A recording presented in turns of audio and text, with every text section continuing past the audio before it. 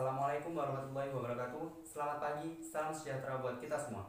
Yang terhormat Bapak Udin Sastrawan, SPMSI selaku dosen pembimbing, dan juga Insinyur Hermawan Wana, MSI selaku dosen moderator. Perkenalkan, nama saya Hasif Fahmi Khairuddin dengan NIM J3J117281. Di sini saya sebagai penyaji. Dalam kesempatan ini, saya akan mempresentasikan makalah seminar hasil praktik kerja lapangan dengan judul Peningkatan Produksi Telur Melalui Penambahan Tepung Mineral dari limbah cangkang telur pada 1000 farm. Yang melatar belakangi saya dalam pengambilan judul ini tersebut adalah yang pertama, menurut Subekti pada tahun 2008, peternakan mempunyai peranan penting dalam pembangunan ekonomi karena peternakan mampu menyediakan pangan terutama untuk memenuhi kebutuhan protein hewani. Peternakan juga sebagai sumber pendapatan, serta peternakan sebagai usaha pertanian berkelanjutan dan perbaikan lingkungan hidup. Yang kedua, pada tahun 2015 sampai tahun 2018, konsumsi telur per kapita pada masyarakat Indonesia terus meningkat. Peningkatan konsumsi telur per kapita dapat dilihat pada PowerPoint di atas. Yang ketiga, terdapat kenaikan produksi dari pemanfaatan limbah cangkang telur ini berdasarkan hasil percobaan yang dilakukan selama 2 minggu dengan sampel 40 ekor ayam dengan kenaikan produksi sebesar 19,6%. Yang keempat, dengan pengembangan ide bisnis ini, perusahaan mampu menerapkan prinsip zero waste. Kemudian, adapun tujuan dari pembuatan makalah tersebut ini adalah yang pertama, merumuskan ide pengembangan bisnis berdasarkan internal faktor dan eksternal faktor pada 1000 farm. Yang kedua, menyusun dan mengkaji ide pengembangan bisnis menggunakan aspek non-finansial dan aspek finansial. Kemudian ada keragaman perusahaan. Sejarah 1000 farm yaitu 1000 farm adalah perusahaan peternakan yang didirikan oleh Bapak Haji Marzuki Afifi. Pada awalnya, beliau adalah seorang importir tunggal mesin plastik yang ada di Jepang dan Cina. Namun pada tahun 2006, beliau mulai terjun pada bidang peternakan, yaitu ayam boiler dengan kapasitas awal yaitu 8.000 ekor ayam. Hingga pada tahun 2008 kapasitasnya telah mencapai 60.000 ekor ayam. Kemudian pada tahun 2008 beliau mencoba beralih membudidayakan ayam ras petelur karena ayam boiler dinilai kurang menguntungkan pada bulan-bulan tertentu. Kemudian beliau mulai mengembangkan usaha ayam ras petelur dengan membeli lahan yang ada pada masyarakat sekitar dan mulai mengembangkan ayam ras petelur. Kemudian pada tahun 2012 beliau berhasil untuk membudidayakan ayam ras petelur dan berhasil mengembangkannya. Beliau fokus pada usahanya tersebut dan dengan saran rekannya beliau mulai memberikan nama pada perusahaannya yaitu 1000 Farm dengan tujuan agar mudah dikenal oleh masyarakat sekitar dan oleh konsumen. Kemudian ada aspek organisasi dan manajemen. Struktur organisasi yang ada pada 1000 Farm itu jelas, namun tidak secara tertulis. Dan masing-masing bagian sudah jelas pembagian tugas dan tanggung jawabnya. Pemilik tertinggi yaitu Bapak Marzuki Afifi. Kemudian ada sumber daya perusahaan. Sumber daya perusahaan ada 3 yaitu sumber daya fisik, sumber daya manusia, dan sumber daya keuangan. Untuk sumber daya fisik yang ada di 1000 Farm ada lahan, kandang, mes, gudang, kantor, peralatan produksi, dan transportasi. Yang kemudian sumber daya manusianya ada pada 1000 Farm mempunyai 98 orang karyawan. Untuk sumber daya keuangan, 1000 Farm mempunyai modal sendiri dan pinjaman dari Bank BRI. Kemudian kajian lingkungan bisnis. Penentuan ide pengembangan bisnis ini diperoleh dari faktor internal dan eksternal. Dari analisis matrik IE dengan total skor internal factor yaitu 2,961 dan total skor EV external factor yaitu 3,135, yang artinya matrik berada pada sel 2. Strategi yang dipilih adalah pengembangan produk. Pada kajian pengembangan bisnis ini, saya mengkaji mengenai pengembangan produk melalui peningkatan produksi telur pada 1000 farm dengan penambahan tepung mineral dari limbah cangkang telur dalam pakan ayam. Berikut adalah kerangka atau bagan pengembangan bisnis. Perencanaan produk. Perencanaan produk yang dihasilkan dalam pengembangan bisnis ini adalah telur yang berkualitas, yang mempunyai karakteristik sesuai dengan standar mutu, yaitu berwarna coklat pekat, tidak ada keretakan pada cangkang, tidak ada kotoran pada telur, dan dalam keadaan segar atau dalam keadaan 1 hari dari kandang. Kemudian ada perencanaan pemasaran, permintaan dan penawaran.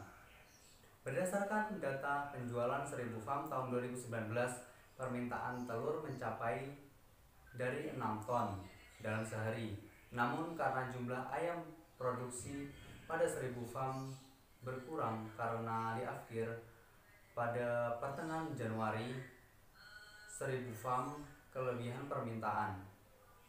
Karena dalam sehari 1000 farm hanya mampu memproduksi telur sebanyak 4,5 ton dalam sehari. Dengan begitu, 1000 farm berpeluang tinggi untuk meningkatkan produksi untuk memenuhi permintaan pasar.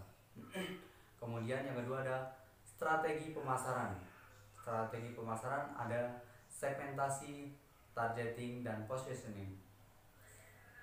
Segmentasi berdasarkan geografis, yaitu agen telur yang berada di wilayah Jawa Barat dan DKI Jakarta. Kemudian pada segmentasi berdasarkan psikografis, agen telur adalah agen telur yang menginginkan telur yang berkualitas. Kemudian ada targeting.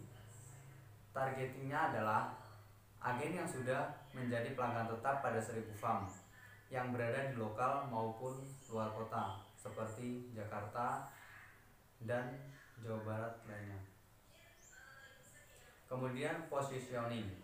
Positioning yang diberikan oleh 1000 farm yaitu adalah produk telur yang berkualitas, bersih, dan segar. Kemudian ada bauran pemasaran. Bauran pemasaran ada 4P, yaitu produk. Produk yaitu yang diberikan oleh 1000 farm ada telur yang berkualitas dengan karakteristik telur berwarna coklat pekat, tidak ada keretakan, bersih dari kotoran, dan segar. Kemudian harga, price. Untuk harga telur utuh yang diberikan oleh 1000 farm yaitu kisaran harga 322.000 untuk pembelian di atas 3 ikat. Kemudian untuk pembelian di bawah 3 ikat dikenakan dengan harga 332.000 per ikat atau 15 kilo per ikatnya. Kemudian untuk telur putih dijual dengan harga 285.000 per ikatnya. Kemudian untuk telur retak dijual 12.000 per tray, per piringan tray. Kemudian ada place, yaitu telur didistribusikan ke agen dan pengecer yang ada di Subang dan Jawa Barat seperti Cimahi, Purwakarta, Bandung, Sukabumi, dan Jakarta. Kemudian promosi yang dilakukan oleh 1000 farm yaitu word of mouth, dan promosi dilakukan dengan memberikan logo atau label stiker logo perusahaan pada kendaraan distribusi telur pada 1000 farm agar diketahui oleh banyak masyarakat umum. Kemudian ada perencanaan organisasi dan manajemen. Pada pengembangan bisnis ini tidak ada perubahan perencanaan organisasi dan manajemen, namun dilakukan perpindahan posisi tugas pada karyawan di 1000 farm. Kemudian untuk perencanaan sumber daya manusia, sumber daya yang dibutuhkan dalam pengembangan ini adalah tenaga kerja pada 1000 farm yang memiliki tanggung jawab tinggi, yang kreatif dan bekerja keras, yang kemudian akan dipindahkan ke bagian produksi tepung telur. Kemudian pada aspek perencanaan kolaborasi yang dilakukan 1000 farm adalah kolaborasi dilakukan dengan pemasok bahan baku seperti pemasok bahan baku konsentrat, pemasok jagung, dedak, dan obat-obatan lainnya. Kemudian kolaborasi dilakukan juga dengan agen telur yang ada di Subang, yang ada di Bandung, Purwakarta, dan DKI Jakarta. Kemudian adalah perencanaan finansial. Perencanaan finansial dengan asumsi-asumsi dasar pada pengembangan bisnis ini adalah yang pertama, perencanaan finansial pengembangan bisnis ini menggunakan anggaran parsial dan laba rugi. Kemudian yang kedua, pajak penghasilannya adalah sebesar 1%. Kemudian yang ketiga, harga jual berdasarkan harga rata-rata dari Pinsar ya pada bulan April yaitu 20.000. Kemudian kenaikan produksi dari pengembangan bisnis ini adalah 19,6% dalam butir. Kemudian yang terakhir adalah jumlah ayam afkir selama 1 tahun adalah 16.000 ekor ayam. Kemudian penambahan yang biaya investasi pada pengembangan bisnis ini adalah penggilingan tepung, box kontainer, dan drum yang senilai 3.970.000. Kemudian uraian biaya tetap, biaya variabel, penerimaan, laba rugi, RC rasio berada pada tabel di atas pada PowerPoint. Kemudian ada anggaran parsial. Nah, didapatkan dari pengembangan bisnis ini anggaran parsial yang didapatkan keuntungan tambahan sebesar Rp6.359.049.166. Kemudian ada simpulan dan saran. Simpulan, berdasarkan aspek non finansial dan aspek finansial pada pengembangan bisnis ini dikatakan layak karena telah memenuhi dari kriteria kelayakan. Kemudian saran, 1000 farm diharapkan dapat mengimplementasikan atau mengaplikasikan rencana ide pengembangan bisnis dengan peningkatan produksi telur dengan penambahan tepung cangkang telur pada pakan ayam, dan agar dapat meningkatkan pendapatan perusahaan.